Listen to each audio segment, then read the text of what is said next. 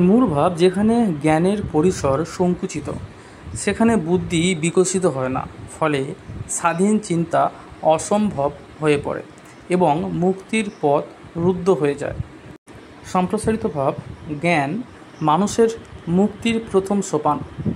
জ্ঞান চর্চার মাধ্যমে মানুষের মন ও মস্তিষ্ক বিকশিত হয় এবং সে বুঝতে শেখে নিজের ভুল ও সঠিক পথ।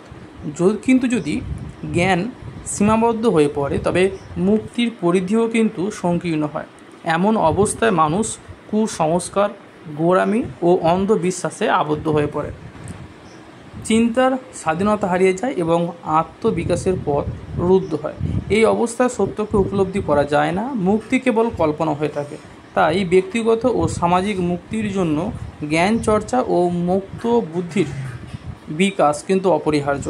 মানুষকে চিন্তায়, মননে এবং কর্মে স্বাধীন হতে হলে জ্ঞানের সীমানা প্রসারিত করতেই হবে। শেষে আসি মন্তব্য। জ্ঞান ও মুক্ত বুদ্ধির অভাবে মানুষ পরাধীন থাকে। মুক্তির জন্য চাই অন্ধতা কাটিয়ে জ্ঞানের আলোয় আলোকিত হওয়া ও স্বাধীন চিন্তার সাহস।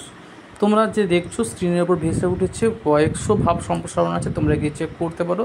সামনে কিছু ব্যাকরণ দিয়েছি, তোমরা ওগুলো চেক করতে পারো। সাথে তোদের অন্যান্য সাবজেক্টের প্রশ্ন আছে।